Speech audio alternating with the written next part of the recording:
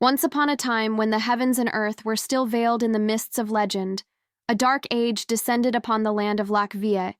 It was an era of war, of fire and blood, of desperate cries piercing the cold nights. When the invaders swept down from the north like a furious storm, razing crops, burning villages, and trampling every inch of the homeland. The people groaned beneath the iron heels of the foreign conquerors. Fields lay scorched, children sobbed beside the rubble of their homes. The king prayed to the gods and sent emissaries far and wide, seeking heroes to save the nation. But day after day, the messengers returned empty-handed. None had the strength to stand against the enemy. And then, at the very moment of the nation's deepest despair, the heavens whispered a response. Not with thunder or dazzling miracles, but through the birth of a strange child in the village of Phù Đổng, a child who could not speak, could not walk, could not smile, lying still as a lifeless piece of wood. No one knew that this silent child carried within him the destiny of a saint, one who would ride an iron horse, wield an iron rod, scorch the invading army, and etch his name into the legend of heaven and earth. Phù Đổng was then a poor village nestled beside parched grass fields, where people toiled in the soil and prayed daily for favorable weather. In the village lived an old woman, silver-haired and wrinkled, who had spent her life alone, gentle, hard-working, but childless.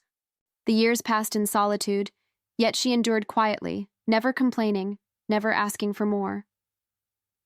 One early morning, as she stepped into her garden like always, thick mist still blanketing the earth, she stopped before a strange footprint pressed deep into the soil. It was unusually large, far bigger than any human foot she had ever seen. Whether from curiosity or some invisible force, she placed her foot into the mark. And then, a miracle unfolded. From that day forward, her body began to change. A warm sensation stirred within her like nothing she had ever known. Not long after, she realized she was with child, despite never having a husband, never having known a man. The villagers gossiped and questioned, but she paid them no mind. Deep in her heart, she knew. This was no ordinary child, but a gift. From the heavens above, time passed, and she gave birth to a baby boy. But the boy was strange beyond compare. He did not cry, did not laugh, did not speak. He stayed wherever he was laid, eyes closed in endless slumber. People began to believe the child was useless, even cursed. But the old woman, with a mother's unwavering love, cared for him silently, never abandoning him. No one knew that the child, seemingly mute and still, was waiting for the call of his nation, the signal to awaken a mighty legend amid chaos and war.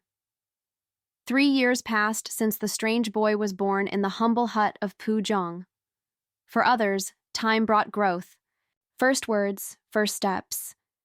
But for him, time stood still. He did not speak, did not walk, did not smile, did not show emotion. Day after day, he lay motionless on a worn bamboo cot, his eyes sometimes opening and closing, empty as if he belonged to another realm. Villagers shook their heads. This child must be cursed by the heavens. He lives like a ghost, just a burden to feed. Their words cut like knives, but the old mother still held him close, still bathed him and sang lullabies each night. In her wrinkled eyes, he wasn't a mute child.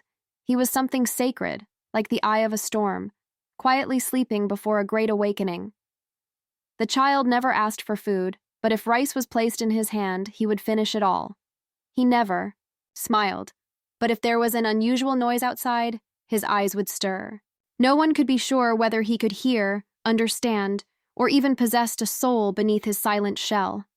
Until one day, under a darkened sky, the royal envoys rode across the land bearing the king's decree, seeking a hero to save the nation. The invaders had reached the lowlands, fire and smoke rising, fields abandoned, war drums echoing across the horizon, yet no one dared rise. And just as the envoy passed the gate of Phù Đổng village, the impossible happened. The silent, motionless 3-year-old child spoke for the first time. His voice boomed like thunder on a clear day. "Mother, bring the envoy here to me." The first words in 3 long years. like a lightning bolt striking the village. The mother froze, the fish trap dropping from her trembling hands, tears welling in her eyes. You just spoke?" But the boy did not answer her. His eyes now gleamed with light, no longer dull and lifeless. He sat up straight, as though the dormant spirit within had finally awakened. His voice rang out like a divine command. "Mother, bring the envoy here to me." Word spread faster than the wind. The envoy was summoned back to the old woman's house, skeptical and cautious. But upon entering, he was stunned to see a 3-year-old child sitting upright, gaze fierce, speaking clearly. "Return to the king and tell him this. Forge me a suit of iron armor, an iron sword, an iron rod, and an iron horse that breathes fire. When the enemy comes, I shall destroy them." No one could believe it. A child? Defeat the invaders? But his voice echoed with authority, leaving no room for doubt. The envoy dared not dismiss it. He rushed back to the capital to report everything. From that day on, the boy began to eat, not like a child, but like a storm of hunger. Bowl after bowl, tray after tray, every pot of rice emptied. Enough to feed 10 grown men could not satisfy him. The mother had to ask neighbors for help just to keep him fed, and all the while, his body grew at an incredible rate. Small in the morning, towering by evening. In just 3 days, he became a muscular giant, his frame bursting with strength. His eyes blazing like torches, his breath like a whirlwind. The whole village trembled, whispering, "This is no ordinary man." From the ashes of chaos, a supernatural power arose. On the day the iron armor and the iron horse were forged, the sound of hammering echoed through the mountains and forests, as if the earth and sky held their breath. When the iron horse was brought to the village, the boy, now a tall warrior, stepped out amid cheers. His eyes fixed on the horizon, burning red with the enemy's fire, his hand gripping the iron whip tightly. No training was needed. No soldiers were required. No fear remained. Because from that moment, Saint Gióng truly appeared in the mortal world. That early morning, before the sun rose above the bamboo grove of Phù Đổng village, a long neigh shattered the silence, like the roar of a dragon horse. The iron horse had arrived.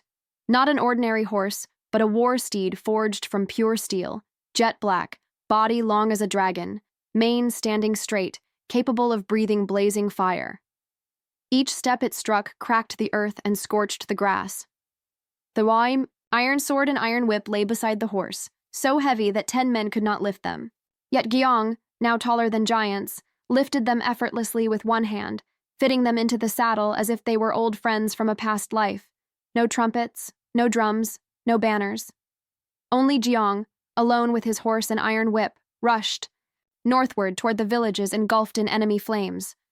People poured into the streets, kneeling on both sides, tears streaming. Some cried out, "The saint has come! Heaven has mercy on the Lac Viet people!" The iron horse flew like a storm. Every hoofbeat a mile traveled. Trees bent, mountains trembled. Flames burst from the horse's nostrils, painting fiery paths through the smoke of war. At the battlefield, where the enemy camped like ants, flags covering the sky, war drums thundered, Gióng did not slow. The iron horse tossed its head, spewing a column of fire dozens of meters long, incinerating the enemy vanguard instantly. The iron sword flashed like lightning, each stroke severing hundreds of soldiers, shattering war chariots, breaking spears and halberds.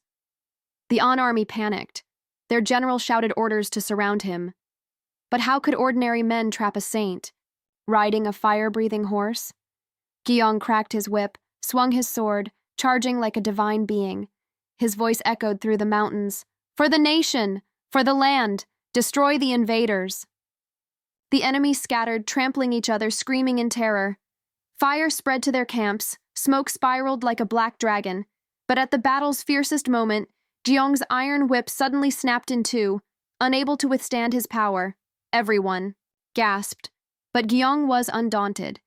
He bent down, uprooted some roadside bamboo, fragile in appearance, but in his hands a divine weapon to slay gods and demons.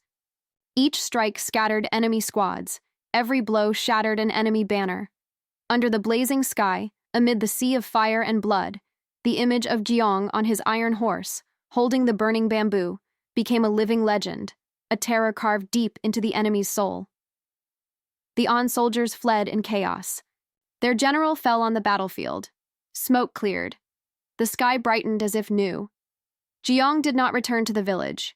He rode his horse to the top of Sóc Mountain, amid the howling winds from above. At the summit, he turned to look at his country one last time, his gaze a blessing for the land. Then he and his horse transformed into light, flying straight to the heavens, leaving hoofprints carved into the mountain stone, later called Sóc Mountain. From then on, the Lac Viet people had not just a hero, but a saint protecting their land. Every spring they hold the Gióng festival, parading elephants and horses, retelling this legend for generations to come.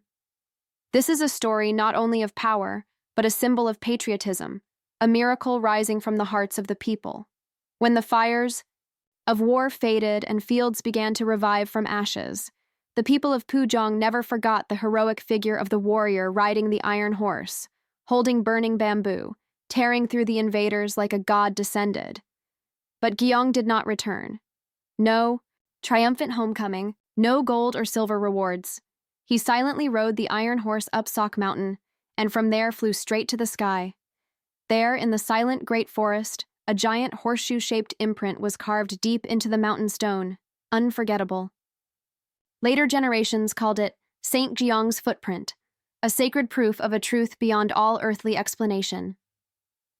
The people built a temple on Sóc Mountain. Every year, on the 9th day of the 4th lunar month, the Grand Gióng Festival is held for many days.